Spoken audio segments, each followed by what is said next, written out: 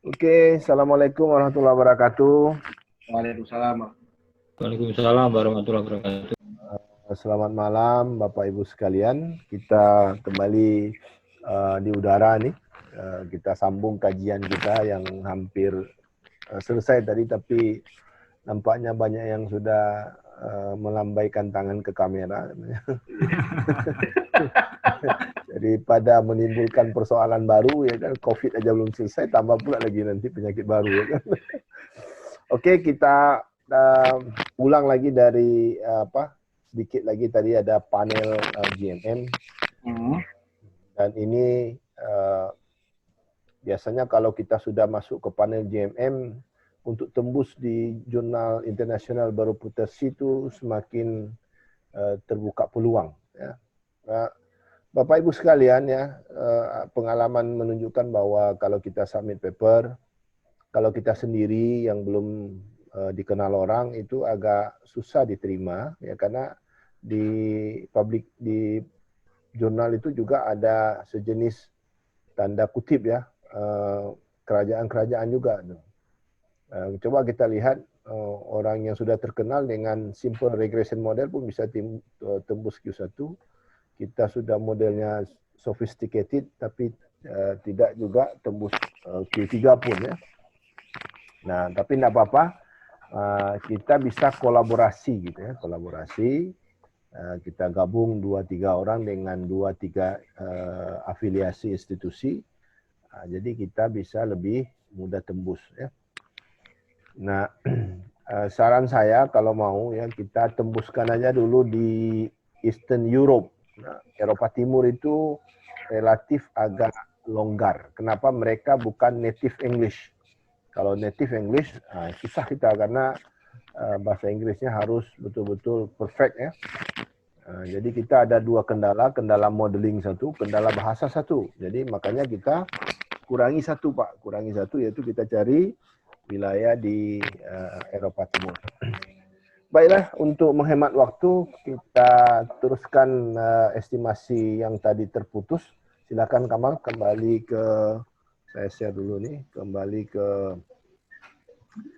estimasi dengan panel JMM-nya yang hampir. Ya, Pak. Silakan. Ya, Pak. Bismillahirrahmanirrahim. Assalamualaikum warahmatullahi wabarakatuh. Ini sesi kita yang bagian malam. Panjang perjalanannya untuk masalah tentang sebenarnya kajian yang paling panjang tadi di masalah ARDL tadi, karena kita harus kasih lengkap. Kadang-kadang ada yang missing antara satu cara dengan cara yang lain, tapi tidak ada masalah karena yang dibutuhkan sebenarnya adalah prosedurnya. Jadi tahapnya harus tahu step-stepnya sampai ke bagian. Nah, di bagian yang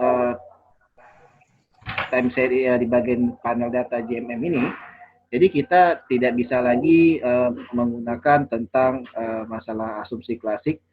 Nah, ini kalau di sini dynamic panel data, kita tidak ada lagi tentang kembali saya tekankan bahwa tidak ada asumsi klasik di sini. Jadi GMM ini dia sudah pendekatannya adalah non-linear, estimasi teknik dengan linear dan menggunakan instrumental. Karena kalau sudah masuk non-linear, berarti asumsi klasiknya kita abaikan aja. Nah, yang pertama tadi yang waktu di pengolahan data, jadi sebelumnya si peneliti ini dia mencoba data sederhana dulu diuji. Beberapa hasil penelitian menunjukkan bahwa kalau ekspor migas dan non-migas itu mempunyai dampak signifikan terhadap pertumbuhan ekonomi. Jadi kalau kita menggunakan secara FEM, saya buka equation-nya. Oke. Dibuka slide equation-nya. Katanya kalau kita gunakan mau CEM, REM, dan FEM, itu banyak penelitian menunjukkan hasil ini adalah signifikan. Namun pada kenyataannya, kalau kita gunakan data yang relatif sedikit, okay, namun hasil yang kita dapatkan itu tidak sesuai dengan harapan kita. Meski dia positif, tapi tidak signifikan. Artinya, kalau kita dengan menggunakan tradisional panel, yang 3 tadi ini, apakah dia CEM, FEM, dan LEM, itu berarti estimasi kita tuh sia-sia. Mau kita uji pun secara FEM pun juga tidak signifikan. Oke, cuma hanya satu signifikannya, namun tidak bisa kita jelaskan dengan baik karena ini pun masih keadaannya lemah gitu ya. Jadi si peneliti ini, Puri dan kawan-kawan, dia menguji model ini dengan pendekatan GMM untuk membuktikan apakah secara model GMM itu ada hubungan dari ekspor dan migas dan non migas terhadap pertumbuhan ekonomi. Nah, syarat yang tadi kembali Kamal bilang bahwa pengujian GMM ini untuk panel GMM ya, itu tadi unit rootnya, panel unit root, itu bisa dilakukan atau tidak, tapi kebanyakan tidak dilakukan. Kenapa? Karena dia modelnya menggunakan data yang raw, data pertama kali mentah. Tetapi ada beberapa artikel dia langsung menggunakan panel unit root sehingga dia menguji apakah data ini stasioner atau tidak. Namun kembali lagi, walaupun kita menguji data stasionaritas, namun dalam perlakuannya ada satu artikel itu menjelaskan bahwa untuk menggunakan data ini sebagai menggunakan tingkat GMM, kita harus dapatkan semuanya stasioner di tingkat level. Itu ada satu sama baca seperti itu, tapi hanya 1 dari 100 Kamal lihat, itu hanya 1 yang dia bilang seperti itu. Tapi sisanya nggak ada, karena sisanya tuh mereka menggunakan data mentah seperti ini, lalu tinggalan aja. Yang penting yang diperlukannya adalah seperti Hansen test dan sejenisnya. Nah, ketika kita sudah masuk ke bagian GMM, okay, jadi kita tidak bisa lagi estimasi dalam bentuk FEM ini. Kita coba datanya estimasi, bagian di bagian ini. Kita estimasi ini ya. Kita ubah pilihannya. Ini tetap sama. Tidak perlu ada log dan sejenisnya. Kalau mau di log pun boleh. Nah, jadi kalau GMM itu boleh kita memodeling kita tuh dengan keadaan log tuh boleh, ada masalah. Nah, di sini ada pilihannya, metodenya. Kita ganti least square. Oke, ini tradisionalnya. Kita pindah ke dynamic.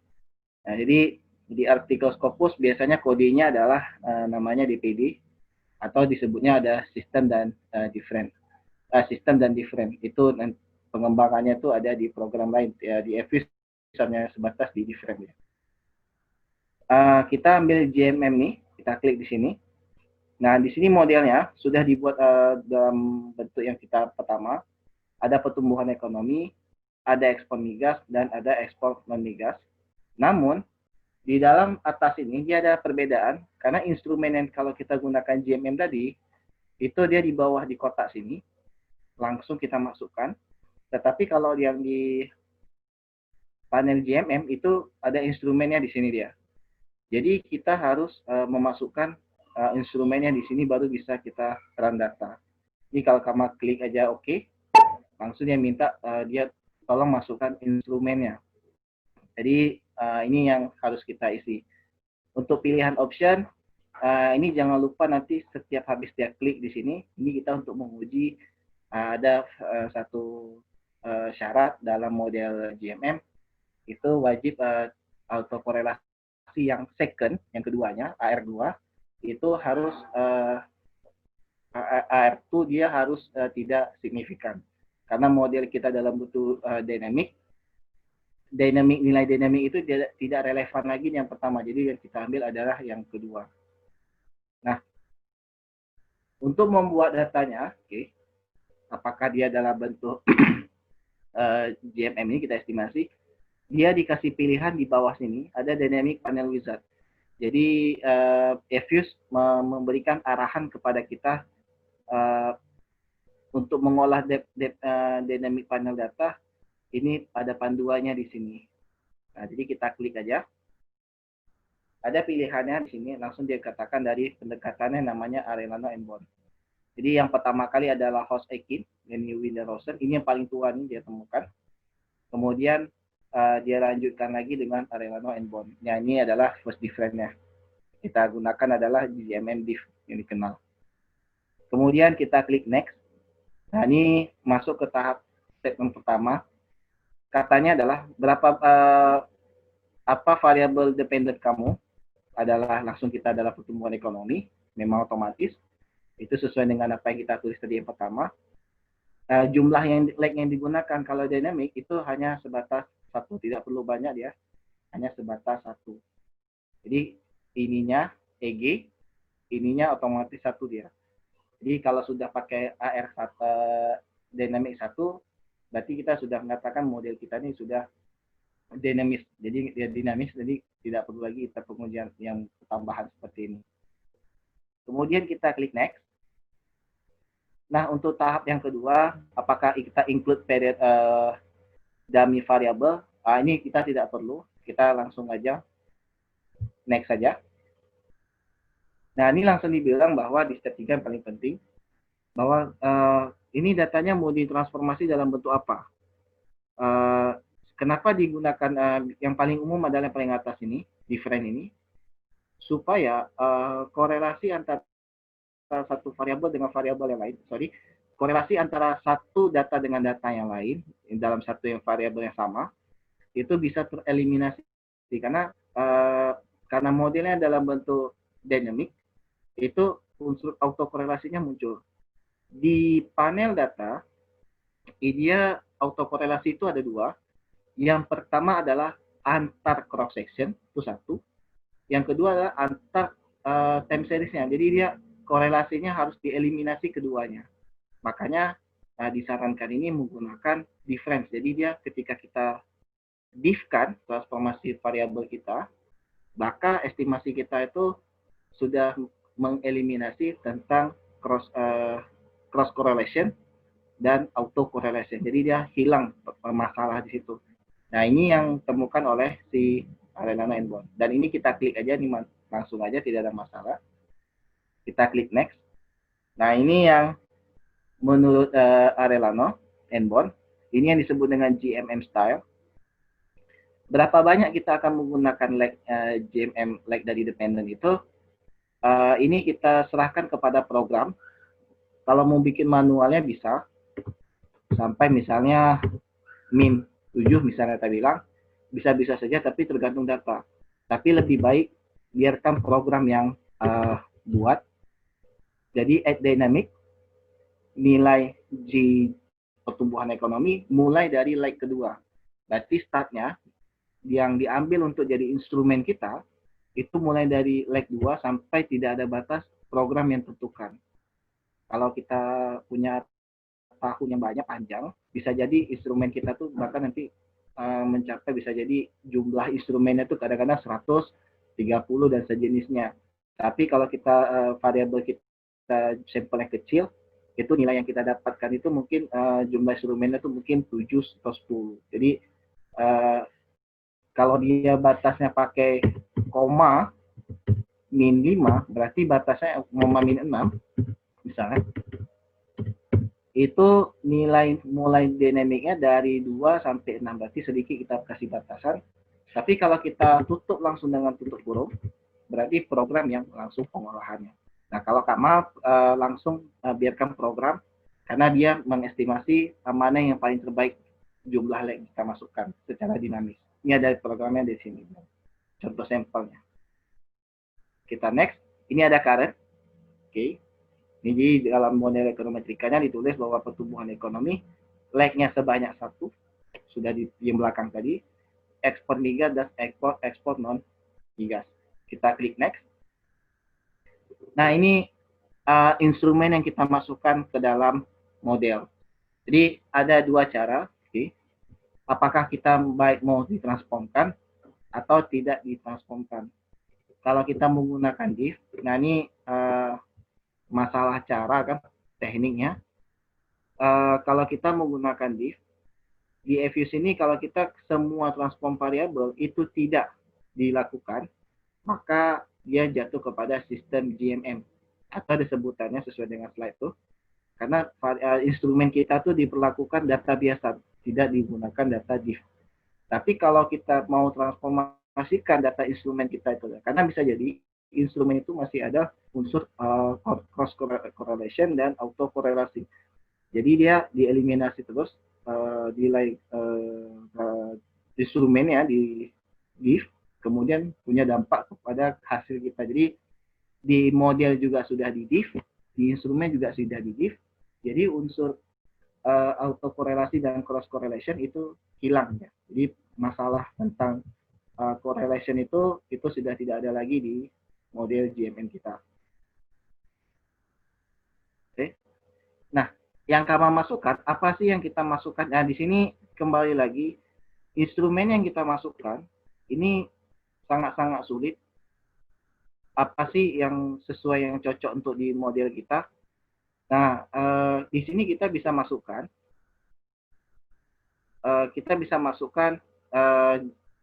dynamic itu. Kalau Bapak dan Ibu buka di slide tadi, untuk GMM itu ada dengan instrumennya. Boleh kita menggunakan lag, oke, min 1. Lag itu artinya pengaruh periode sebelumnya, lag, atau lead. Nah, ini ada sebutannya lag dan lead. Lead itu adalah 1 tahun ke depan plus 1.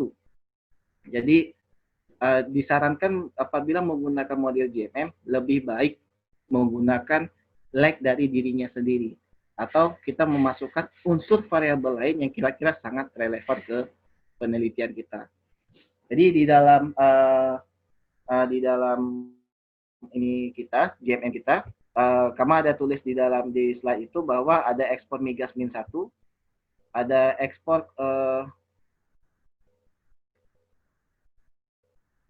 ini panel option ya, maaf ini saya potong sebentar tuh Reza nih. Panel option ya, karena kita itu biarkan aja nanti di itunya, nanti waktu karena kita sudah panel wizard, nanti dia akan berubah tekniknya ke difference. Nanti dia, karena kita pilihnya masuk ke difference, itu biarkan aja di situ. Karena fix ini bekas yang tadi yang sebelumnya. Ini kami share dulu, ntar. Mana nih? Oke, kami share. Nah, ini yang kami mau kasih nampak bahwa yang kita gunakan ini lag dari ekspornya migasnya, ekspor dari migas lead satunya plus 1, ekspor non migas min 1, ekspor non migas plus 1, dan kita tambahkan lagi ekspor migas plus 2 ditambah dengan nilai exchange rate. Artinya untuk menjadikan instrumen penelitian kita ini supaya dia hasilnya lebih baik, disarankan menggunakan lag-nya diri sendiri untuk mengeliminasi itu, atau boleh ditambahkan dengan variabel exchange rate ini, variabel yang lain. Apakah mau di lag, mau kan ditempatkan datanya ER saja, ER-1, ER plus 2 itu terserah dari si peneliti. Kebetulan si penelitinya dia hanya menggunakan ER saja. Nah, jadi Kamal masuk, dia akan masukkan hasil yang ini tadi. Oke, Kamal masukkan. Ekspor migas, oke, Kamal ketik. Ekspor migas min 1, oke, Kamal copy supaya dia cepat. Kemudian ekspor migas plus 1,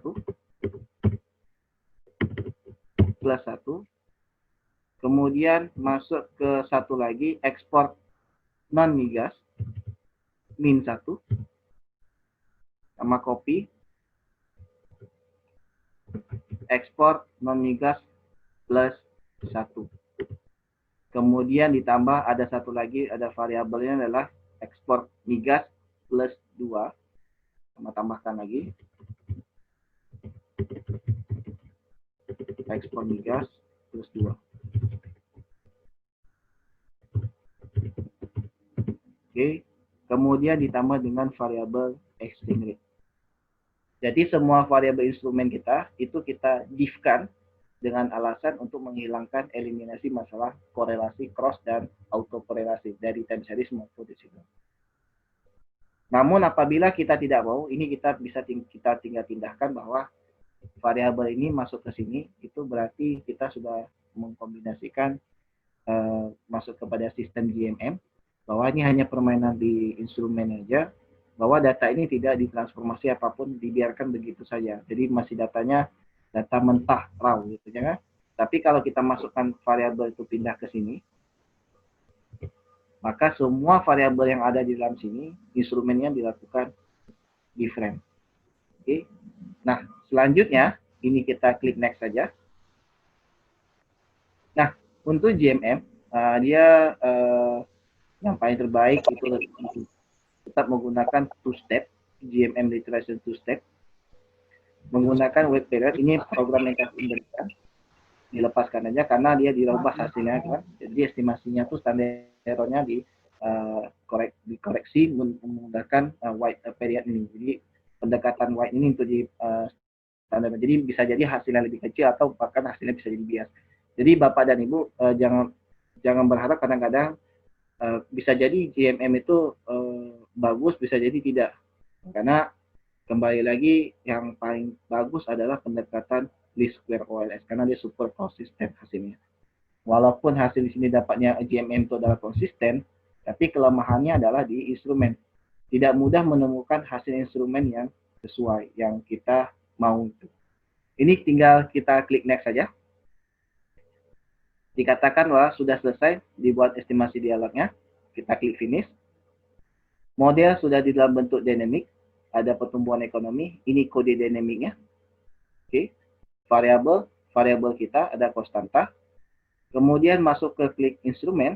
Nah, ini yang jadi jumlah instrumen kita di dalam model. Jadi, kalau khusus dynamic panel data, ini dia kita masuk klik wizard aja. Tapi kalau yang seperti GMM ya cross section, itu wajib kita ketik satu-satu karena dia model instrumen tapi dengan pendekatan GMM. Nah, ini tadi yang fix tadi yang Reza tanya tadi. Ini langsung dia berubah ke different. GMM estimasi dengan wait period, ini ya, week-nya ditimbangkan. Covarian dengan white juga. Jadi ini program yang setel di sini semua. Jadi kita langsung kita run aja. Kemudian klik oke. Nah, hasilnya kalau kita lihat dalam penelitian ini, sebelum kita baca hasil estimasi ini, oke, coba kita lihat dulu apakah penelitian kita ini memenuhi syarat untuk menggunakan estimasi GMM. Semua GMM itu menggunakan Hansen test adalah G-stat ini. Oke. Syaratnya harus di atas 0,05. Di atas nih 0,05 benar. Apabila dia nilai 0,05-nya di tempat kita ini lebih besar daripada 0,05, maka hasil estimasi ini adalah valid. Kalau kita bandingkan yang punya FEM, CEM, dan REM, itu dapat hasilnya tidak signifikan sampai 1%. Kalau dapat di hasil 10% masih bisa, tapi hasil yang penelitian kita tuh kan kadang-kadang 10% itu ragu kita. Karena kebiasaan kita mengambil standarnya adalah 5% atau 1%. Jadi kalau ini kita dapatkan bahwa ekspor migas, punya pengaruh terhadap pertumbuhan ekonomi, itu adalah positif, dan pengaruhnya ini adalah signifikan di tingkat 1%. Sedangkan ekspor migas itu tidak berpengaruh positif, namun tidak signifikan.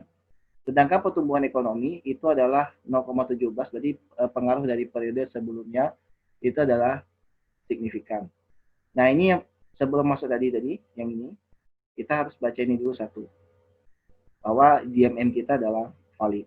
Yang kedua adalah kita karena mengolah data tadi jangan lupa diklik yang bagian ini untuk kita menguji Arellano Bond tadi yang tes tadi.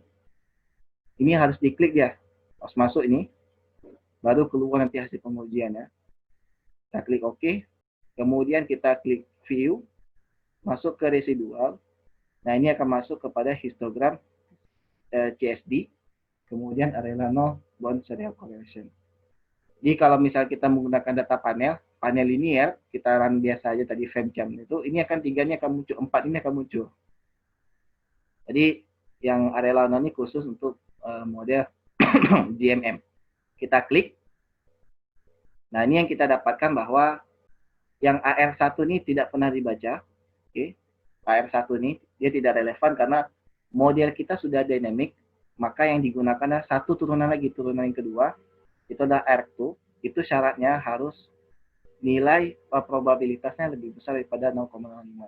Artinya model kita itu tidak ada lagi unsur auto korelasi. Berarti model estimasi kita yang ini itu sudah bisa kita jelaskan dan interpretasikan ke dalam penelitian kita. Maka untuk pengujian fixnya ini tetap dia tidak bisa ya, jangan dikira ini juga bisa, karena model GMM ini menggunakan teknik difference. Hanya dia perlu, yang pertama adalah GMM ini valid modelnya, jumlah instrumen sebanyak 10, model kita valid. Yang kedua adalah masuk ke residual diagnostic, bagian Arellano endpoint, masuk ke serial, ini yang diuji adalah ini. Jadi karena model dinamis, dia tidak baca AR1, walaupun nanti muncul angka, dia tidak dibaca ini, yang dibaca adalah yang ini. Dan M statistik ini adalah, M ini artinya moment statistik. Berarti GMM itu punya pendekatan statistik sendiri yang namanya M statistik, istilahnya namanya moment statistik. Nah, untuk yang ini sudah selesai untuk bagian ini, bahwa secara pendekatan FEM dan CEM dan REM, bahwa hasil estimasi kita itu lebih baik kalau kita menggunakan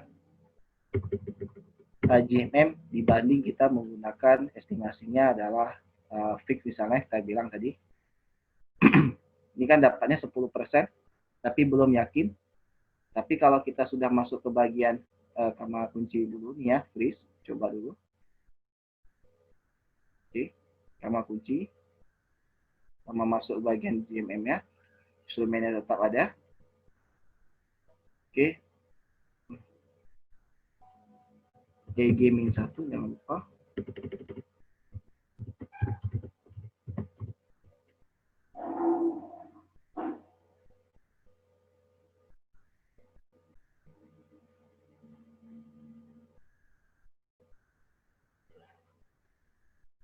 Oke, kita dua nih. Dapat dua hasil yang berbeda. Nah, kalau di sini, di startnya pendekatan ini, bahwa hasilnya sudah signifikan di tingkat 1%. Sedangkan migas, kalau non-migas yang di sini, hasilnya adalah masih di tingkat 10%. Maka pendekatan secara dinamik itu lebih baik untuk pendekatan model GMM dibandingkan kita menggunakan model CEM, FEM, dan REM. Baik Pak, itu Pak Desudin. Ada pertanyaan di grup tadi sama Ibu apa tadi ya? Ibu Hastarini ya. Ya, mana? Di WA grup. Jika dalam GMM datanya tidak balance, bagaimana Pak? Nah, balance-nya ini bagaimana dulu Bu? Kalau balance-nya, Kamal lebih baik gunakan data balance Bu. Jangan data yang tidak balance. Karena GMM ini dia disuruhnya kita adalah model balance. Walaupun terjadi penyesuaian nanti di dalam model, tapi lebih baik data yang sesuai dengan tersedianya. Misalnya kita bilang satu variabel itu lengkap datanya sampai 30 tahun, yang lain hanya muncul sampai 27 tahun, atau yang satu lagi adalah 26 tahun.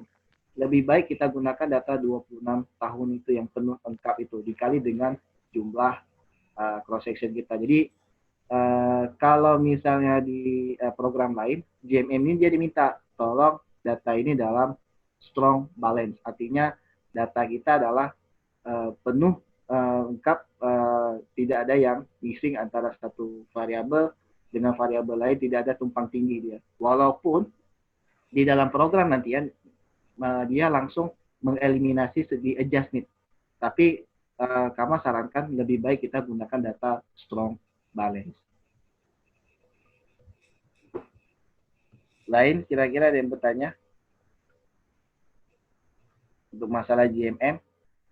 Ini GMM ini kalau Bapak dan Ibu dari prodi manajemen, ini seharusnya sering dipakai di sini tentang masalah manajemen keuangan, yang bagian lain pemasaran, ini juga hal-hal seperti ini dia sering dikaji. Dan lebih banyak tentang bagian di manajemennya, sering penelitian sekarang itu di bagian untuk model GMM ya. Kalau di bagian untuk ekonomi yang lain, seperti masalah makro-makro itu jarang, tapi paling lazim memang di bagian manajemen. Karena data manajemen kan datanya lebih ke pool ya, jadi bisa kita uji datanya tuh apakah kepemilikan atau dan sejenisnya itu masuk ke bagian GMM. Nah, satu yang perlu kamu kasih tahu, kalau kita gunakan model GMM first different, nanti jangan ditanya-tanya mana R-square-nya. Ini modelnya sudah tidak ada lagi R-square, karena R-square itu nggak layak lagi itu di penjelasan di hasil sini. Karena dia cuma perlu angka dan angka di sini, instrumen yang kita gunakan. Kalau sudah dapat di situnya, karena R-square itu tidak valid lagi di model GMM. Ada yang bertanya kira-kira lain selain Ibu ini?